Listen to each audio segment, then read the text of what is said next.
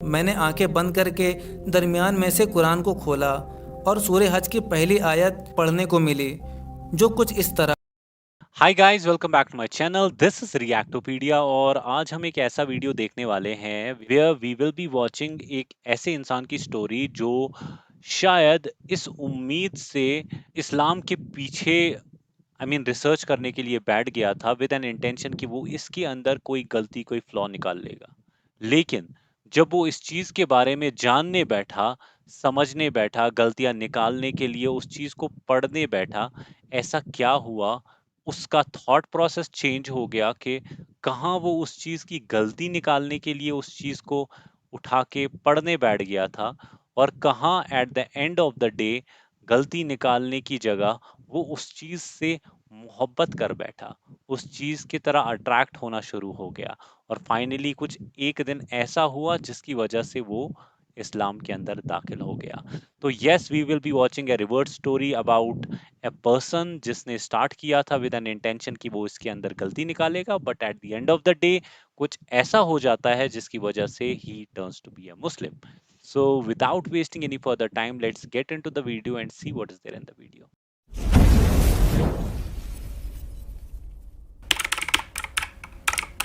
بسم اللہ الرحمن الرحیم. السلام علیکم دوستو امید ہے آپ سب خیریت سے ہوں گے. اللہ آپ سب کو ایسے ہی خوش رکھے.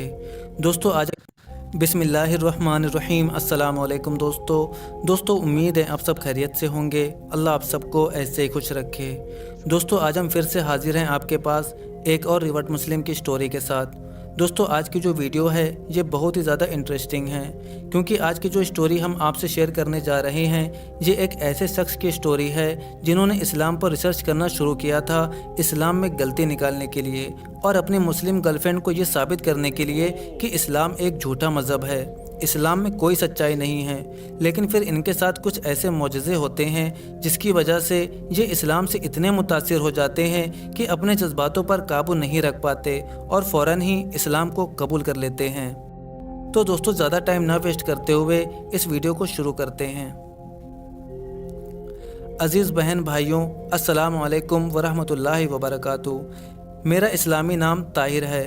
میں یہ ویڈیو اس لیے آپ لوگوں کی خدمت میں پیش کر رہا ہوں تاکہ نئے مسلمان بہن بھائیوں کو خوش آمدید کہہ سکوں جنہوں نے اپنی کہانیاں یوٹیوب پر شیئر کی ہے. اور ہاں دوسری وجہ یہ ہے کہ میں چاہتا ہوں کہ اپنی سٹوری بھی آپ لوگوں کے ساتھ شیئر کر سکوں اور اس کے دو فائدے ہوں گے.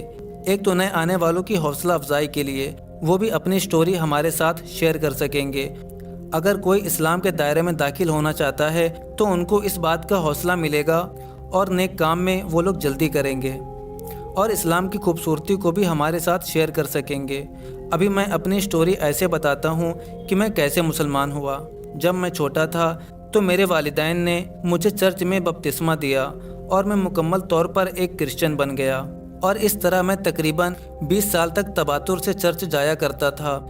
جب میں نے آسٹریلیا میں سبق کے لیے فلسفی کے کلاس میں داخلہ لیا تو اس وقت میں نے زندگی کے اسرار اور مقاصد جاننے کی جستجو شروع کی اور طرح طرح کے سوالات میرے ذہن میں اٹھنے لگے. یہ زندگی کیا ہے, ہم کہاں سے آئے ہیں, کہاں جا رہے ہیں, کیوں جا رہے ہیں وغیرہ وغیرہ, اور میں کیوں عیسائی ہوں, مجھے کیوں خدا کو ماننا ہے وغیرہ وغیرہ. بعض اوقات میں سوچتا تھا کہ خدا کوئی سپریم انسان کے اپنے ذہن کی کلپنا ہے تاکہ وہ اپنی سیکیورٹی محسوس کرے. ان باتوں کی وجہ سے میں سوچتا تھا کہ بس آپ کو ایک پازیٹیو انسان ہونا چاہیے, لوگوں سے اچھائی کرو, لوگوں کے ساتھ اچھا میل جول رکھو, خود بھی خوش رہو اور زندگی کا مقصد صرف کھیل تماشا ہے. اس زندگی کا بھرپور فائدہ اٹھاؤ, یہی زندگی ہے اور کچھ نہیں. اور اسی طرح فضول قسم کے خیالات ہر وقت میرے ذہن میں رہتے تھے. لیکن یہ سارا پلان اچانک فلاپ ہو گیا. وہ اس طرح کہ ایک دن میرے والدین نے مجھے فون کیا کہ میری دادی فوت ہو چکی ہیں. اس بات کو سن کر میں یہ سوچنے لگا کہ آخرکار وہ کون ہے جو لوگوں کو مارتا ہے. اس کے ہاتھ میں یہ پاور ہے کہ وہ ہر ایک چیز کو کنٹرول کرتا ہے. میں جتنا ہی کوشش کروں اپنے ان سب چیزوں کو کنٹرول نہیں کر سکتا اور موت ان میں سے ایک ہے جو کہ میرے کنٹرول میں بالکل بھی نہیں ہے. میری دادی میرے لیے بہت اہمیت رکھتی تھی, ان سے مجھے بے انتہا محبت تھی. میں سوچتا تھا کہ آخر وہ کون سی طاقت ہے جس نے ان کو مجھ سے دور کر دیا اور مجھے اتنا موقع بھی نہیں دیا کہ میں ان کو گڈ بائے کر سکوں.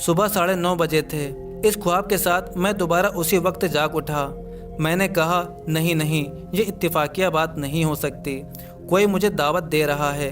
بس میں نے کہا چلو اس دفعہ خدا کو بھی ٹیسٹ کرتے ہیں اور اس سے دعا کرتے ہیں کہ وہ مجھے صحیح راستہ دکھائے۔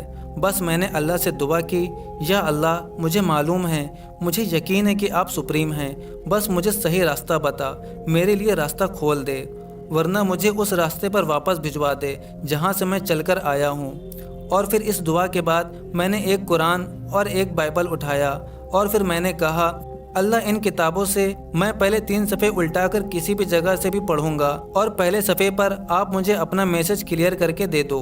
بس میں نے پہلے بائبل اٹھایا کیونکہ اس وقت تک میں عیسائی تھا۔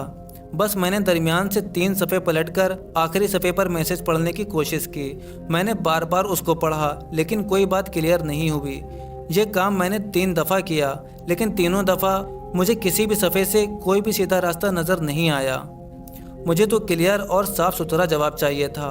بس یہ عمل ہونے کے بعد میں نے ایک دفعہ قرآن مجید کو اٹھایا اور بائبل کو ایک طرف رکھ دیا۔ میں نے آنکھیں بند کر کے درمیان میں سے قرآن کو کھولا اور سورہ حج کی پہلی آیت پڑھنے کو ملی جو کچھ اس طرح ہے۔ اعوذ باللہ من الشیطان الرجیم، بسم اللہ الرحمن الرحیم، وَلِيَعْلَمَ الَّذِينَ أُوتُوا الْعِلْمَ أَنَّهُ الْحَقُّ مِنْ رَبِّكَ فَيُؤْمِنُوا بِهِ فَتُخْبِتَ لَهُ قُلُوبُهُمْ وَإِنَّ اللَّهَ لَهَادِي الَّذِينَ آمَنُوا إِلَى صِرَاطٍ مُسْتَقِيمٍ۔